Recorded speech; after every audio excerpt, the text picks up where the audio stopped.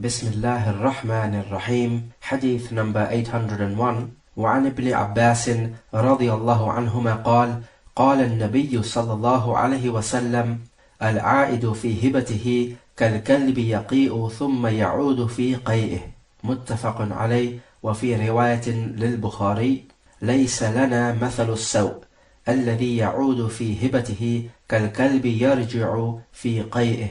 From Ibn Abbas, the Prophet said, the one who gives a gift and then takes it back is like a dog which vomits and then it goes back and eats its own vomit.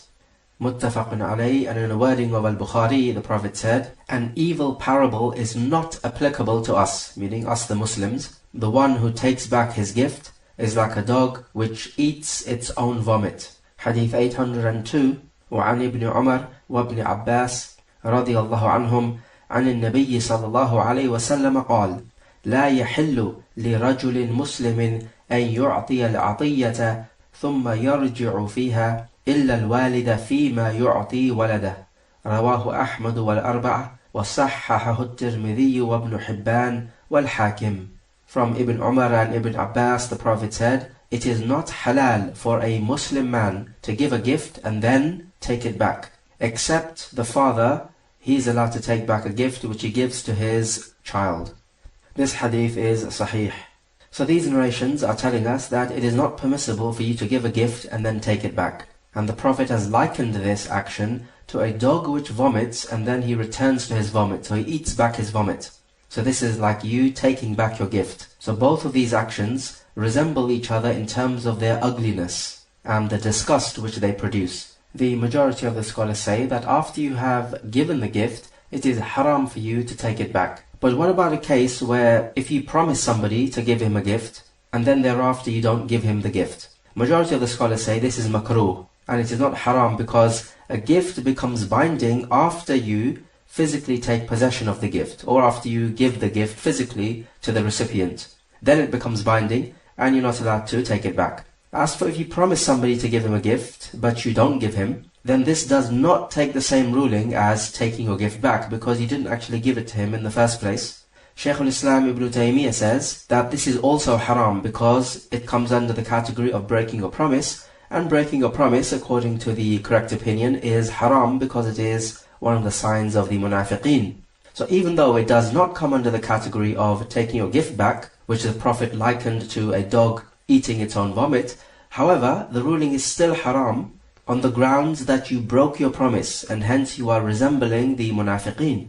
So it is haram from another angle. And even without the text, if we just ponder over this action of taking your gift back, we find that it is seen to be a lowly character, and you come across as somebody who is greedy for his own wealth. Rather, it is from the good character to give away some of your wealth openly and with a good heart, not to be hankering after what you have given away. So we find from this hadith that the deen of al-Islam calls people to perfect their character and to remove from their character any action or belief which will tarnish it.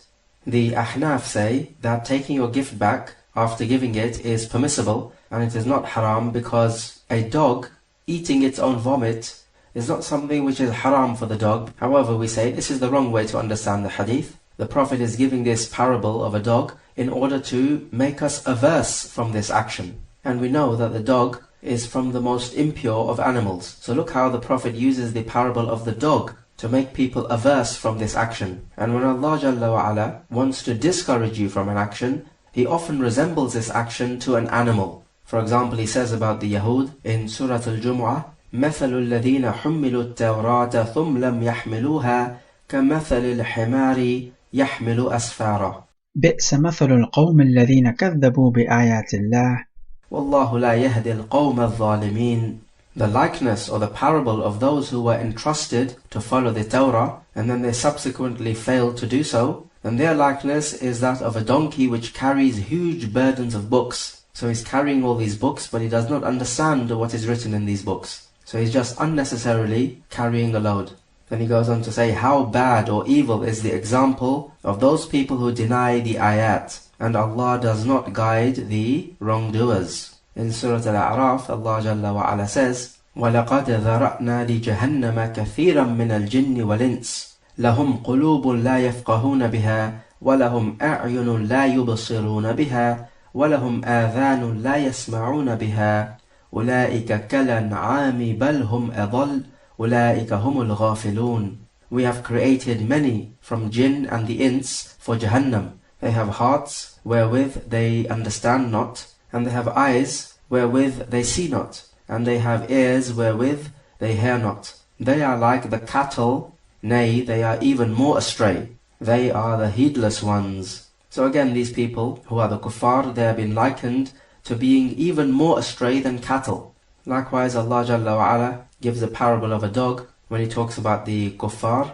He says, فَمَثَلُهُ كَمَثَلِ الْكَلْبِ إِن تَحْمِلْ عَلَيْهِ يَلْهَثْ أَوْ تَتْرُكْهُ يَلْهَثْ ذَلِكَ مَثَلُ الَّذِينَ كَذَّبُوا بِآيَاتِنَا فَقُصُصِ الْقَصَصَ لَعَلَّهُمْ يَتَفَكَّرُونَ. So his parable is like the parable of a dog. If you throw stones at it, it sticks its tongue out, and if you leave it alone, it still sticks its tongue out. That is the parable of those people who deny our ayat, so narrate to them the stories so that perhaps they may ponder. So the point is, whether you call them to Islam or whether you don't call them to Islam, it makes no difference to them. They will be misguided either way. So look how Allah Jalla wa Ala gives the parable of a dog for such type of people. So we say in conclusion that if you have given the gift to the recipient, you are not allowed to take it back. And this is not the same as a sales transaction in which you are allowed to take it back as long as you have not left the place of trade. And we talked about the khiyar al-majlis earlier on. And we cannot make an analogy between trade and giving a gift, because with giving a gift you are not expecting anything in return. But the second narration tells us that the father is allowed to take back his gift when he gives it to his child. So we say this is the exception which is made. And this exception is understandable because the Prophet also said, you and your wealth are for your father. So the father has the right to take the wealth of his son or children if he wants to do that. And as long as the children are not in need of that particular wealth, the father has the right to take it. So if he has the right to take the wealth of his child with this condition, then he has even more of a right to take back his gift. So the father is the exception. Do we give the grandfather the same ruling? The answer is no, we don't. And the same thing with the mother, we don't give her the same ruling either. So she is not allowed to take back her gift either. It is only the father who is allowed to take back his gift from the child. And this is because, as we said before, you and your wealth belong to your father. So this is a special status that your father has over you. However, there are conditions for the father to be entitled to take back his gift. Firstly, that the gift which he has given to his son or child needs to be still in the possession of the son. So if the son has sold it on, then the father is not allowed to take back this gift from the buyer who bought it from the son. Also from the conditions that this gift must not have increased. So let's say the father gives a sheep as a gift to his son, and the sheep becomes fatter. So the value of the sheep now increases. So this increase in the sheep does not belong to the father. It belongs to the son. But now the father cannot take back the sheep because it's impossible for him to take back the original sheep and leave the extra with the son. Of course that's impossible because you're not allowed to cut the sheep up. And also from the conditions, in taking back this gift, the father is not allowed to put his son into financial difficulty. For example, he gives him a gift, and then thereafter the son becomes bankrupt. And this gift is the only wealth which he has left. Now if the father was to take back this gift, clearly it will put his son in severe financial straits. And so this will be causing a harm on the son, and that is not allowed. Or for example, his son has hajr made upon him, because his debts outweigh his wealth. So now the hakim says that the son is not allowed to do with his wealth as he wants to, in order to safeguard the debts of his creditors. So in a case like this now, the father is not allowed to take back the gift, because this is going to harm the creditors of the son. What about if the father is a kafir and the son is a Muslim? Can the kafir dad take back the gift which he has given to his Muslim son? The generality of the hadith says yes, he can. And some scholars have said no, he cannot. And we will not allow that because this will be like kufr having the upper hand against Islam. And Allah says, وَلَنْ يَجْعَلَ اللَّهُ لِلْكَافِرِينَ عَلَى الْمُؤْمِنِينَ سَبِيلًا. And Allah will never make a way for the kuffar against the Muslims. So He will never give the kuffar authority over the Muslims. So we said before that the father is allowed to take from the wealth of his child as long as the child is not in need of it. So let's say the child has some food which is sufficient for himself, but he also has some excess food over and above what will suffice him. The father is allowed to take this food because in taking so he will not be harming the child. However, if his son needs this excess food for some guests who are coming round, then the father is not allowed to take this food.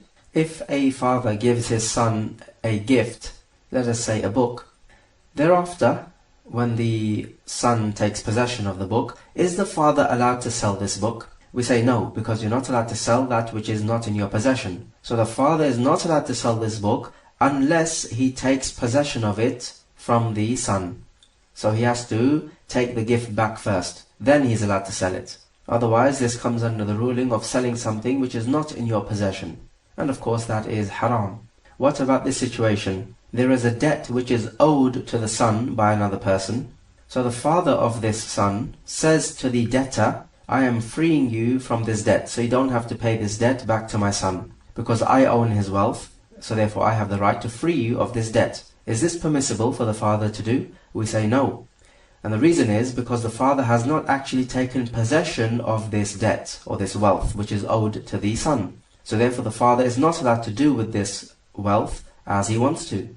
In fact, this wealth, which is the debt, has not even come into the possession of the son, leave alone the father. Or for example, if a son has a servant, is the father allowed to free the servant on the grounds that the father can take possession of the servant whenever he wants to? The answer is no. We say first the father must take possession of the servant, and then thereafter he is allowed to free the servant, but not before. Is it permissible for the father to take the wealth of his son and give it to his second son? We say the answer is yes, but with certain conditions. And the conditions are that the second son is poor and he needs some expenditure.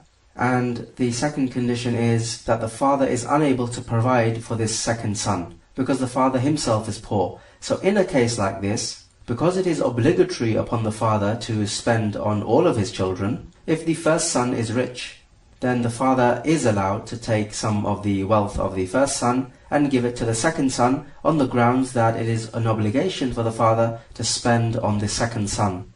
But otherwise this is not allowed, because it would be the same as a father giving a gift to one son and not to the other, and it will breed enmity between the siblings.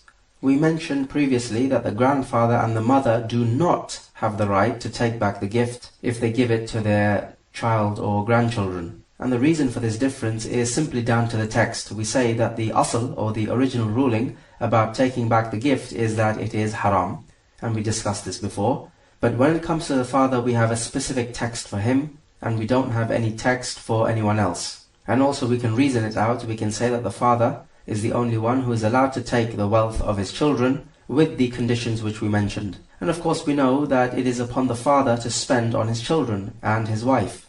Allah Jalla wa Ala says, الرجال قوامون على النساء بما فضل الله بعضهم على بعض وبما أنفقوا من أموالهم. Men are caretakers of women, or guardians of women, due to the fact that Allah has preferred them over the women, and due to the fact that they spend out of their wealth. So the men spend out of their wealth for their wives, and it is not the other way around. What about a situation where the father borrows some money from the son, and so therefore now the father owes a debt to the son? Is the son allowed to demand his debt back from the father? We say the answer is no, because if the father has the right to take the wealth of the son, then he has even more of a right not to pay back the debt.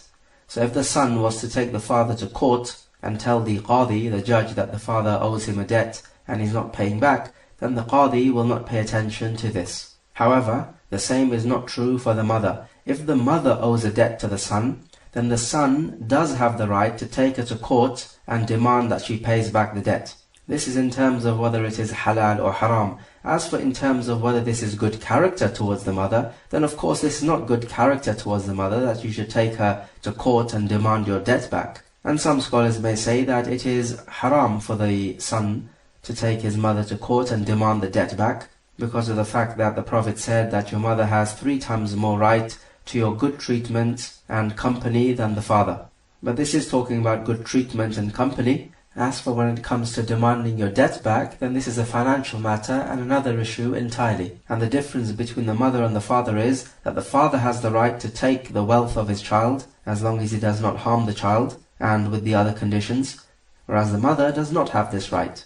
But in any case, the bottom line is that it is not from good character that the son should demand his debt back from the mother. What the son does have the right to demand from his father is that the father should spend on him in order to meet his basic requirements. So if the father is not spending on the son, does the son have the right to take his father to the qadi and complain? The answer is yes. Is this seen as bad character towards the father? The answer is no. In fact, in this case now, it is the father who is showing bad character by not spending on his child. So notice here the difference between demanding a debt back and demanding that the father should spend on the child.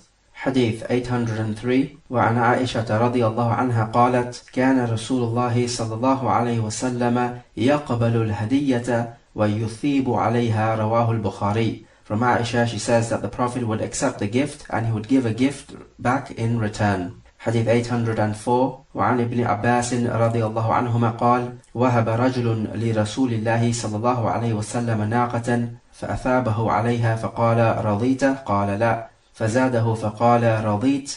قال لا. فزاده فقال رضيت؟ قال نعم. رواه أحمد وصححه ابن حبان. From Ibn Abbas, he says that a man gave a she-camel as a gift to the Prophet, and the Prophet gave back a gift in return, and the Prophet asked him, "Are you satisfied?" The man said no. So the Prophet gave him yet more, and he asked him, "Are you now satisfied?" The man said no. So the Prophet increased him even more, and he asked him, "Are you now satisfied?" And the man said yes. The hadith is sahih. We learn from these narrations that it is sunnah to accept the gift and not to reject it. And it is also sunnah not only to accept the gift, but rather to give a gift back in return. So whoever does a favor to you, you do him a favor back in return. If you cannot do him a favor in return, then at least make dua for him. So we say that the conditions for accepting a gift are that, firstly, the person giving you the gift must not be giving this gift to you out of embarrassment. So he feels that if he did not give this gift to you, it will look bad on him. So he's not actually giving you this gift out of his own goodwill. Rather, he's giving it to you in order to avoid embarrassment on his own self. If you feel that this is the case, then you do not accept the gift from him. Then secondly, this gift must not be as if it was a bribery. So somebody comes to the qadi, to the judge, and he gives him a gift. It is most likely that he's giving the qadi a gift because if this person is taken to court, then hopefully the qadi will judge in favor of him. So in a case like this, we say to the qadi that you are not allowed to take this gift, because this is actually a disguised form of a bribery. The third condition, that the person giving you a gift must not be a mannan, and this is the person who reminds you of the favors he's done to you. So in the future he might come up to you and say, "Oh look, you're not helping me," or perhaps, "Oh look, you are not treating me right, and don't you remember 1 month ago I gave you that gift? Look how well I treat you and look how you're treating me." So in saying something like this, he is reminding you of the favors that he did to you. And this is minna, and it is a major sin. It is impermissible. So if the person is this type of person, then you do not accept gifts from him. And the fourth condition, the gift must be something which is halal. So if somebody gives you a bottle of wine as a gift, or if somebody gives you an item which is halal in and of itself, but it is stolen, let's say, then you are not allowed to take this as a gift. What if he gives you something which is halal as a gift, but he bought it using money which he earned, and his earning is haram? For example, he works in a riba bank, and he earns his money this way.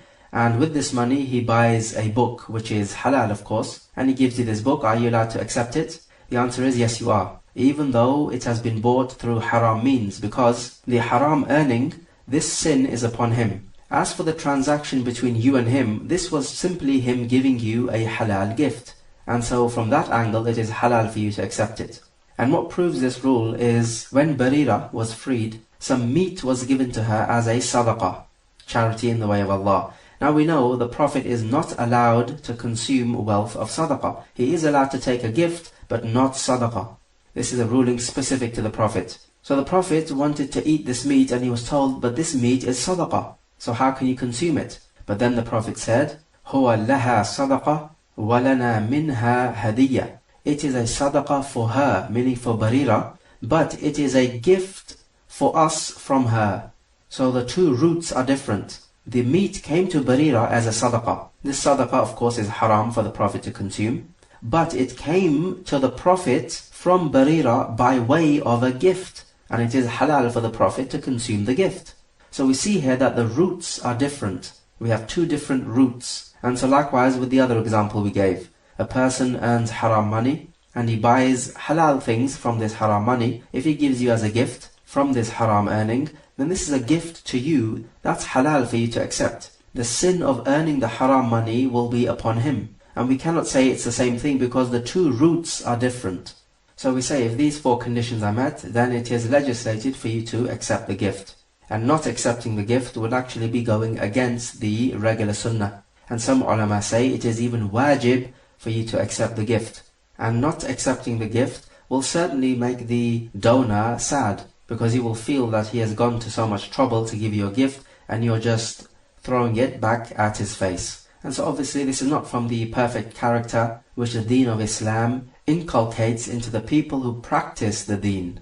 In the second narration, we find that this man who gave a she-camel to the Prophet as a gift, he wanted something in return. And so we say giving a gift is of two types, and we mentioned this before. Firstly, you give a gift, and you're not expecting anything in return. Of course, this is a gift. But there is a second type of gift in which you are expecting something in return. And normally this could be done by a poor person who wishes that if he gives a gift, then the recipient will give him something back, and hopefully something better. If this is the case, then this transaction takes the ruling of a trade, because it is an exchange of wealth for wealth. So in a gift like this, if you are not given something in return, then you can take back the gift. And we find from this narration, the Prophet would give back a gift which is at least the same, if not better than the one which he took. And this was from his outstanding character. If somebody gives you a gift and he wants you to pay something in return, and you're not able to give back an equal amount in return, or you're not able to give back something which will satisfy him, then in this case you do not have to accept the gift. In the second narration, the person who wanted the Prophet to pay back more was an Arabi, and these people are normally ignorant and they are of a rough character and nature. So clearly this Arabi had the wealth of this world in mind. This is why he gave the gift to the Prophet, because he knew that the Prophet would give back a gift. And you can expect the Arabi to have a far higher desire and avarice for wealth. And it would be from the good character that if you give somebody a gift and he gives you a gift back in return, then you should be content with whatever he gives back. You should not say, "Oh, is this all you've given me back? I want more." Of course, this is not from the good character. So do not make this idea of you giving a gift as a little trickery to take back more from the people's wealth. Allah Jalla wa Ala says, وَلَا تَمْنُن تَسْتَكْفِرْ, and do not give a gift seeking more in return. Hadith 805. وعن جابر رضي الله عنه قال قال رسول الله صلى الله عليه وسلم العمرة لمن وهبت له متفق عليه. ولمسلم أمسكوا عليكم أموالكم ولا تفسدوها فإنه من أعمر عمرة فهي للذي أعمرها حيا وميتا ولعقبه. From Jaabir, the Prophet said, the umrah, or the lifetime gift, is for the one to whom it is given. Muttafaqun alayh. And in a wording of Muslim, the Prophet said, hold on to your wealth and do not destroy it or spoil it, because whoever gives a lifetime gift, then it is for the one to whom it is given whilst he is alive, and it is also his when he is dead, and it goes to his inheritors. And also in a wording, Jaabir said that the type of umrah, or a lifetime gift, which the Prophet allowed, is that somebody should say that this gift is yours and for your inheritors after you die. But as for if he gives a gift and he says, it is yours as long as you live, then in this case, the gift returns to the giver after the recipient dies. And in Abu Dawood and An-Nasa'i, the Prophet said, لا ترقبوا ولا تعمروا فمن أرقب شيئا أو أعمر شيئا فهو لورثته.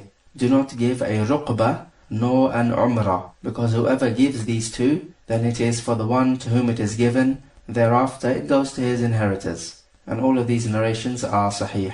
So in these narrations we are dealing with two concepts, or two types of gifts here. One is the umrah and the other one is the ruqbah.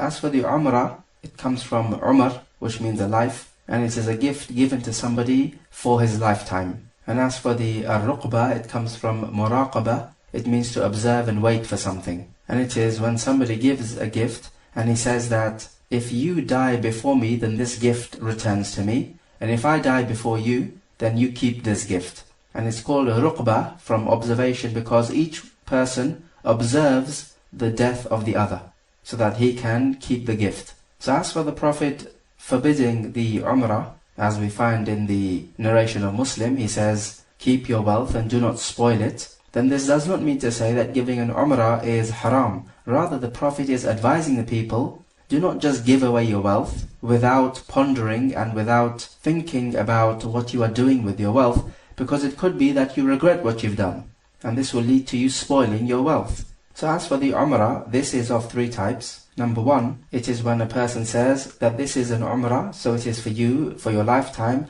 and thereafter it will go to your inheritors.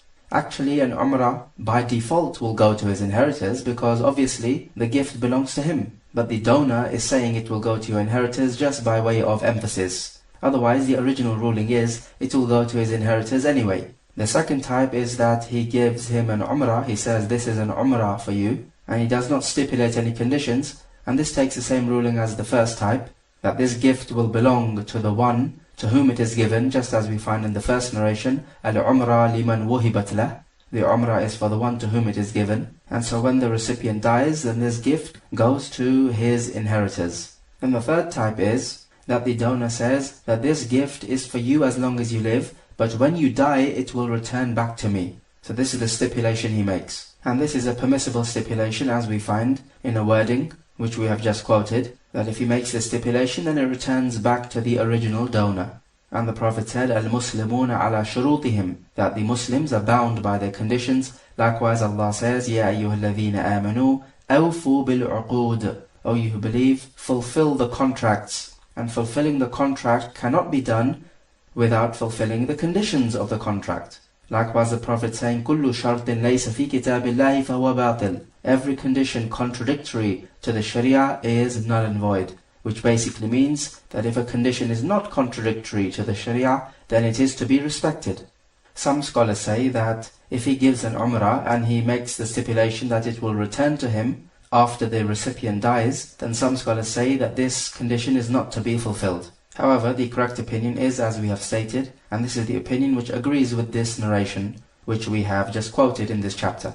Hadith 806, وعن عمر رضي الله عنه قال حملت على فرس في سبيل الله فأضاعه صاحبه فظننت أنه بائعه برخص فسألت رسول الله صلى الله عليه وسلم عن ذلك فقال لا تبتعه وإن أعطاكه بدرهم. Al-Hadith muttafaqun alayh. From Umar radiallahu anhu, he says that I gave a horse in the way of Allah, meaning in charity, and the owner of this horse did not treat the horse properly, and I thought, Umar says, that he was going to sell it for a cheaper price. So Umar was thinking of buying back this horse, but he asked the Prophet first, and the Prophet told him, do not buy this horse, even if he gives it to you for 1 dirham. And the hadith goes on to say, فَإِنَّ الْعَائِدَ فِي صَدَقَتِهِ كَالْكَلْبِ يَرْجِعُ فِي قَيْئِهِ. Because the one who takes back his sadaqah or his charity is like a dog which eats its own vomit.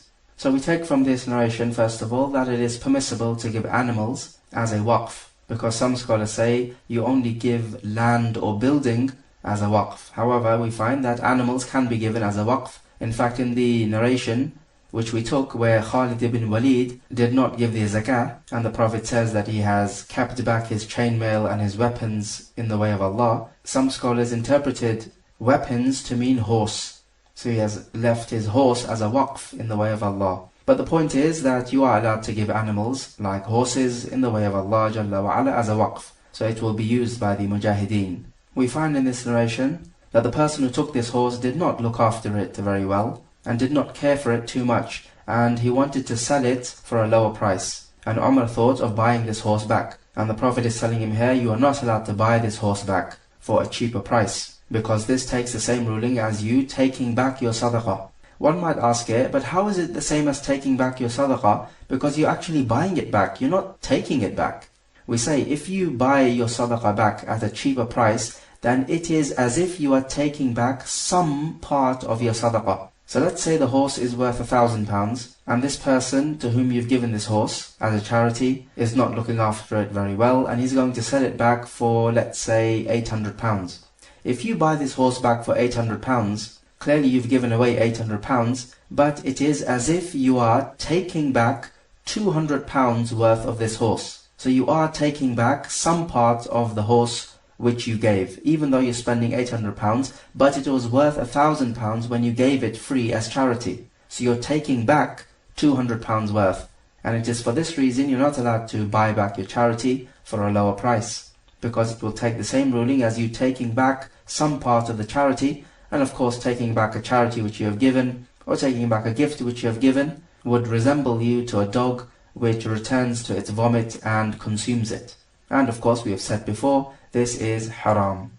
But what about the case if he was selling back this horse for £1,000? In a case like this, how can it be said that you're taking back your gift? Because clearly you are giving the money in return. So you might argue that this is permissible. However, we say that we would like to close off the doors to people taking back any part of their gift, and we would say, do not even buy it back for the same price. Not because this is haram in and of itself, but because if we opened up this door, then it could lead to that which is haram, and it could lead to people buying it back for a lesser price, and it is far too close to that which is haram. So just like the shepherd whose animals graze around a private pasture, any moment his animal is going to step over and trespass into the private land.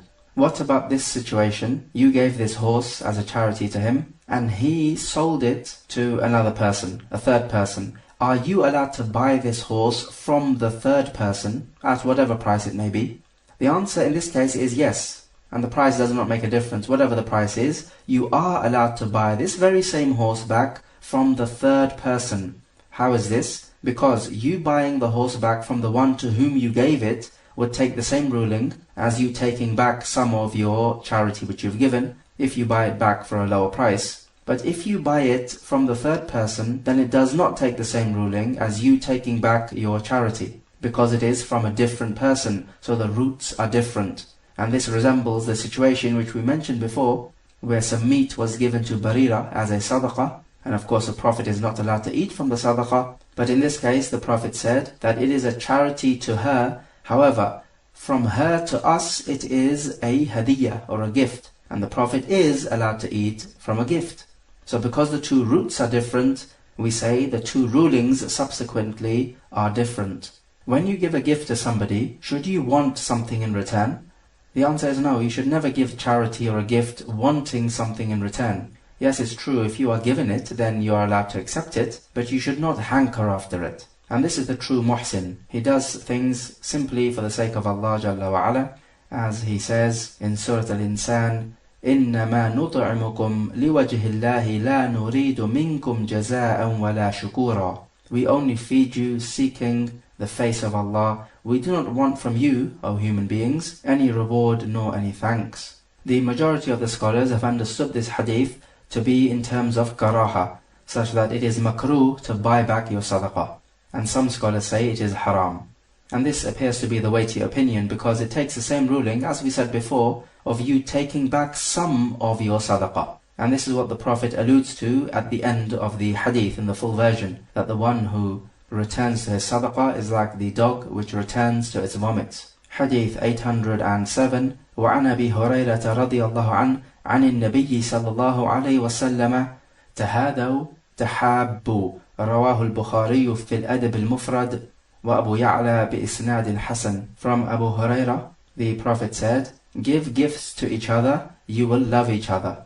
The hadith is Hasan. Hadith 808. وعن أنس رضي الله عنه قال قال رسول الله صلى الله عليه وسلم تهادوا فإن الهدية تسل السخيمة رواه البزار بإسناد ضعيف. From Anas, the Prophet is reported to have said, give each other gifts, O Muslims, because giving a gift will extract ill feelings between you. The hadith is da'if. We take from both of these narrations that giving a gift to each other is recommended because of the good effects this will produce. The Sharia intends for the Muslim Ummah to love each other.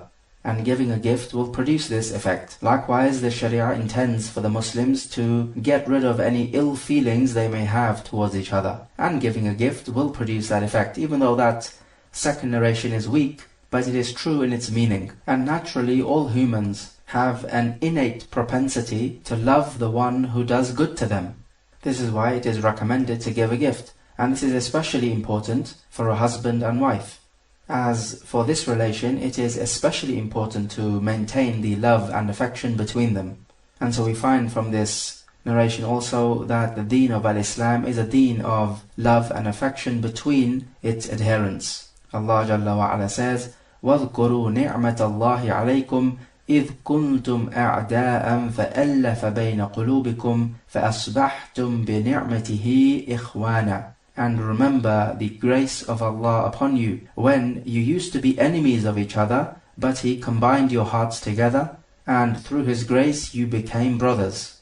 So clearly we see that this brotherhood and this love and affection between the Muslims is from the grace of Allah Jalla wa Ala, and this is what the Sharia intends for us, love and affection. So from these narrations we find that giving a gift has two benefits. Firstly, it procures love and affection between the brothers, and secondly, it removes any hatred or rancor or grudge between the brothers. And removing this grudge you feel against somebody is no easy matter. It actually takes a lot of striving against. So you have to actually strive against yourself in order to achieve this. So it requires somebody of strong will and patience. Allah Jalla wa Ala says, وَلَا تَسْتَوِي الْحَسَنَةُ وَلَا السَّيِّئَةُ إِدْفَعْ بِالَّتِي هِيَ أَحْسَنُ فَإِذَا الَّذِي بَيْنَكَ وَبَيْنَهُ عَدَاوَةٌ كَأَنَّهُ وَلِيٌّ حَمِيمٌ وَمَا يُلَقَّاهَا إِلَّا الَّذِينَ صَبَرُوا وَمَا يُلَقَّاهَا إِلَّا ذُو حَظٍّ عَظِيمٍ.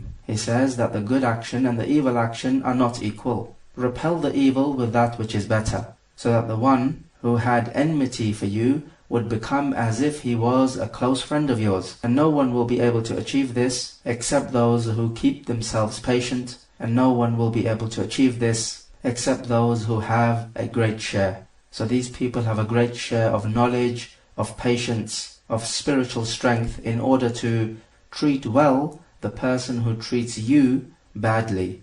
This is not easy, except for those of strong will and patience. And so these are the ones with a great share. So they have a great share of fortune. So ask yourself, O listener, akramakallah, are you from those whom Allah Jalla wa Ala has given a great share? Hadith 809. وعن أبي هريرة رضي الله عنه قال قال رسول الله صلى الله عليه وسلم يا نساء المسلمات لا تحقرن جارة لجارتها ولو فرسن شاة.